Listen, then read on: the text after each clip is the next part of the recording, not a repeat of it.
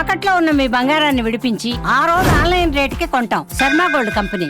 నమస్తే, welcome to Suman TV. నేను పద్మిని. ప్రస్తుతంతో పాటు ప్రముఖ ఆధ్యాత్మికవేత్త లక్ష్మీ నరసింహస్వామి ఉపాసకురాలు శ్రీమతి స్రవంతి గారు మనతో పాటు ఉన్నారు. మాట్లాడదాం అక్క. నమస్తే అక్క. నమస్తే పద్మిని. ప్రబోధిని ఏకాదశి శుభాకాంక్షలు అక్క. నాకు ఛాన్స్ ఇవ్వకు పద్మిని.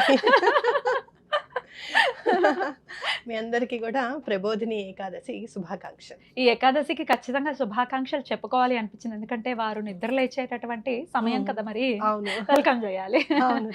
మరి ఈ దేవోత్తన లేదా ప్రబోధిని ఏకాదశిని ఎలా వినియోగించుకోవచ్చు, ఏకాదశికి ఉండేటటువంటి వైశిష్ట్యాన్ని పలుమార్లు మీరు చెప్పి ఉన్నారు. ప్రతి ఏకాదశికి కూడా ఖచ్చితంగా మనం మాట్లాడుకోవాలి, దాన్ని అందరూ కూడా వినియోగించుకోవాలి అని చెప్తూనే ఉంటారు. మరి ఈ ఏకాదశికి ఉన్నటువంటి ఆ సిగ్నిఫికెన్స్ ఏంటి, ఎట్లా యూటిలైజ్ చేసుకోవచ్చు, ఏమేమి విధి విధానాల్ని పాటించాలి, ఇవన్నీ ఒక్కసారి మీ ద్వారా. తప్పకుండా చెప్తాను పద్మిని. ప్రబోధిని ఏకాదశి మనం చూస్తే గనక మనకి ఎంతో ప్రబోధిస్తుంది అని చెప్పుకోవచ్చు అనమాట. అయితే స్వామివారు నిద్ర లేచిన రోజు, యోగ నిద్ర నుంచి స్వామివారు నిద్ర లేచిన రోజు అని చెప్పి మనకు తెలిసిన విషయమే. అయితే ఈరోజు కొత్తగా ఏం చెయ్యాలి అని అంటే, మనం ఎప్పుడు కూడా చక్కగా పిండి దీపాలు 11 దీపాలు పెట్టుకోవాలి అని చెప్పి, అలాగే స్వామివారికి తులసిమాల సమర్పించాలి అని చెప్పి మనం చెప్పుకుంటాం. శనివారం వస్తోందిగా, మరి రేపు ఇంకా శనివారం ఇంకా చాలా మంచిది అలా చేస్తే గనక. అలాగే వెంకటేశ్వర స్వామి విష్ణు సహస్రనామం కానివ్వండి, లేకపోతే వెంకటేశ్వర స్వామి వజ్రకవచం కానివ్వండి, ఇలాంటివి చదువుకుంటే చాలా మంచిది. అయితే మనం చూస్తే గనక ఈ ఏకాదశికి దేవ దీపావళి అంటే పౌర్ణిమ ముందు వచ్చే ఏకాదశి ఈ ప్రబోధిని ఏకాదశి కాబట్టి కార్తీక పౌర్ణమి నాడు, అందులో కార్తీక మాసం దామోదర మాసంగా కూడా మనం చెప్పుకుంటాం. చాలా వైశిష్ట్యమైంది అని చెప్పుకోవచ్చు అనమాట. అయితే ఇప్పుడు కొత్తగా మనం ఏం చేయాలి అని అంటే, ఎప్పుడండి మీ పిల్లలకి పెళ్ళిళ్ళు ఎప్పుడు చేయాలనుకుంటున్నారు, ఏమైనా చూడాలనుకుంటున్నారా అంటే, ఈ మాఘమాసం నుంచి ప్రయత్నం చేద్దాం అనుకుంటున్నామండి అనడం అనేది చాలా వింటూ ఉంటాం. మీరు ఏం చేయండి అని అంటే, తప్పకుండా స్వామివారికి తులసిమాల, అలాగే దండ, అలాంటివి స్వామివారికి సమర్పించి పిల్లలకి మంచి సంబంధాలు రావాలి అని చెప్పి దండం పెట్టుకోండి. మేము అనుకోవట్లేదండి మా అమ్మాయి ఇంకా సెటిల్ అవ్వాలి, మా అబ్బాయి పిహెచ్డి చేస్తున్నాడు, అక్కడ రీసెర్చ్లో ఉన్నాడు అని కనుక అనుకుంటే, ఈ నెక్స్ట్ సంవత్సరం కాకపోతే ఆ నెక్స్ట్ సంవత్సరం అన్నా చేస్తాం కదా. వివాహం ఎప్పుడో అప్పుడు చేయాల్సిందే కదా. నాకు తెలిసి 18 ఏళ్ళు నిండిన తర్వాత ప్రతి తల్లిదండ్రులు కూడా ప్రతి సంవత్సరం గనక తులసిమాల సమర్పించి మంచి వరుడు వచ్చేటట్టు చూడు స్వామి అని చెప్పి దండం పెట్టుకుంటే తప్పకుండా వాళ్ళకి మంచి వరుడు వస్తాడు అని ఖచ్చితంగా చెప్పుకోవచ్చు. వరుడు లేదా వధువు వస్తారు తప్పకుండా. అలాగే రుక్మిణి కళ్యాణం చదవడం అనేది చాలా ఇంపార్టెంట్. మీరు రుక్మిణి కళ్యాణం చదువుతుంటే అమ్మవారు అయ్యవారి మీద ఎంత ప్రేమని పెంచుకున్నారు, భక్తితో కూడిన ప్రేమ. ఎప్పుడూ కూడా భార్యకి భర్త ఎలాంటి ప్రేమ ఉండాలి అంటే భక్తితో కూడిన ప్రేమ ఉండాలన్నమాట. ఆటోమేటిక్గా గౌరవం అనేది వస్తుంది. ఇంకోటి, ఎప్పుడు కూడా ఒక అడుగు కిందకుంటే ఈజీగా పట్టుకోవడానికి ఉంటుంది. నువ్వు చూడు, ఎప్పుడన్నా ఎవరైనా పైకి ఎక్కే వాళ్ళు నిన్ను కింద పట్టుకున్నారనుకో, వాళ్ళని మెట్లు ఈజీగా ఎక్కేస్తావు, అవునా కదా. అలాగే భర్త అడుగుజాడల్లో నడుస్తే గనక, ఆయన ధర్మమూర్తి అయి ఆయన వాడు వస్తే భర్త అడుగుజాడల్లో నడుస్తే గనక మనం కూడా ఆ ధర్మాన్నే పాటిస్తాము అని చెప్పి గుర్తెరగాలి. బ్యూటిఫుల్ అక్క. ఫెమినిజం అనే ఒక దరిద్రం వచ్చిన తర్వాత మొగుణ్ణి ఎరా అనటం అయితే ఏంటి, తిట్టేయటం అయితే ఏంటి, కొట్టేయటం అయితే ఏంటి, చంపేయడం అయితే ఏంటి, నిజంగా ఫెమినిస్టులు అంటే ఏదో మగుడిని చిన్నతనంగా చూడడం అనేది ఫెమినిజం అనిపించుకోదు, అంతే కదా. మన గౌరవాన్ని మనం నిలుపుకుంటూ ఎదుటివాడిని గౌరవించడంలో అసలు ఫెమినిజం ఉంటుంది అని అనుకోవచ్చు. అలాగే ఒకవేళ మనల్ని హింసిస్తే అప్పుడు కదా ఫెమినిజం బయటకు రావాలి.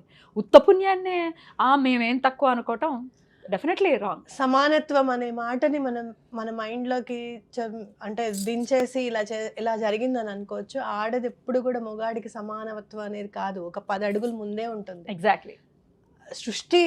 సృష్టించేదే ఆడది, అంతే కదా. అలాగే విత్తు ముందా, లేకపోతే విత్తనం ఉందా, భూమి ఉందా అని అంటే మనం చెప్పలేము ఆ సమాధానం. కానీ నిజంగా చెప్పాలి అని అంటే చాలా పవర్ ఉంది మాత్రం స్త్రీకని ఖచ్చితంగా చెప్పుకోవచ్చు. అంత పవర్ ఉన్న స్త్రీ ఒదిగి ఉంటే ఎంత అందం అబ్బా. అందుకే పెద్ద చెట్టైనా కొమ్మలు ఒదిగి ఉంటాయి చూడు, నీడని అందిస్తాయి అని చెప్పి యూనివర్సే మనకి చెప్తుంది. అట్లా మనం చూసుకుంటే కనుక రుక్మిణి కళ్యాణం చదివితే అమ్మవారికి అయ్యవారి మీద ఇంత ప్రేమ. అందుకని కాదు, ఆయన సరే ఎలా అయినా సరే నేను తీసుకొస్తానని చెప్పి బయలుదేరి తీసుకొచ్చుకున్నాడు అని అనిపిస్తుంది అనమాట. కాబట్టి అలాంటి భర్త అనేది లభించాలి మనకి అని అంటే కనుక తప్పకుండా రుక్మిణి కళ్యాణం అనేది చదవాలి. వధూవరులు అంటే ఎవరైతే పెళ్లి కావాల్సి ఉంటుందో 18 ఏళ్ళు నిండిన వాళ్ళు ప్రతి ఒక్కళ్ళు రుక్మిణి కళ్యాణం చదవవలసిందే ఈ ప్రబోధిని ఏకాదశి నాడు. అప్పుడు చదివితే ఏంటంటే వాళ్ళకి ఆ ప్రేమ అనేది అర్థమవుతుంది. ఒక్కసారి చదివిన తర్వాత మీరు చూడండి, 2-3 సార్లు చదవండి, ఆ క్వశ్చన్ 2-3 సార్లు చదువు అని అంటాం. ఎందుకు అనంటే దాంట్లో ఉన్న లాజిక్ అర్థమవుతుంది మనకి. రేపు పొద్దున ఆ ఆన్సర్ రాయాలి అని అంటే ఆ లాజిక్ గుర్తుంటే చాలు మనకి, అవునా కాదా? అలాగే ఇట్లా పూజ కూడా మనని ప్రతి సంవత్సరం ఈ రోజు ఈ పని చేయండి, దీపావళి నాడు దీపాలు వెలిగించండి, వినాయక చవితి చేయండి అని ఎందుకన్నారు అని అంటే ప్రతి సంవత్సరం నిత్యనూతనంగా చదువుకోవడం కోసమే. అలా చదివి అలా పూజ చేస్తున్నప్పుడు కొత్త లాజిక్ అనేది మనకి చక్కగా అర్థమవుతుంది, మన సమస్యల్ని మనం పరిష్కరించుకోగలుగుతాము అని చెప్పేటందుకే. బ్యూటిఫుల్. వివాహానికి కాకుండా ఇంకా మిగతా వాటికి దేనికి ఎలా చేసుకోవాలి? కొత్త పనులు ఏమన్నా మొదలు పెట్టడానికి ఇది చాలా మంచి రోజు పద్మిని.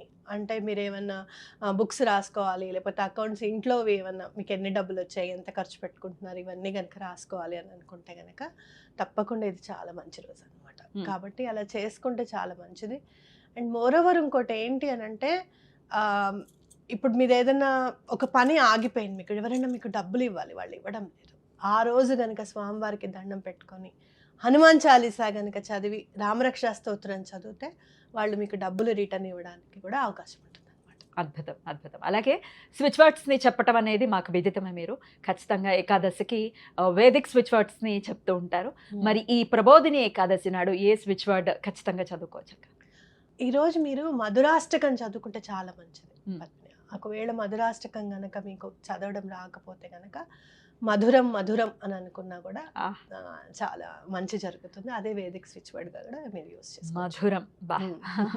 జీవితం మధుర భరితం అవుతుందని అనుకోవచ్చా? అనుకోవచ్చు, తప్పకుండా అనుకోవచ్చు. అద్భుతం. మధురలో పుట్టినవాడు మధురమయం చేస్తాడు మన జీవితాన్ని. అందుకే, ఎందుకంటే ఆయన నయనం మధురం, ఆయన హసితం మధురం, అన్ని మధురమే. అద్భుతం అక్క, చాలా మధురంగా చెప్పారు.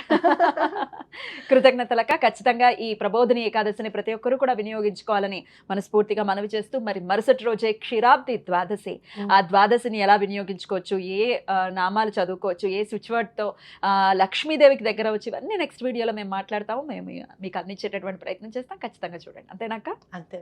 రైట్ అక్క, thank you so very much అక్క. నమస్తే. నమస్తే.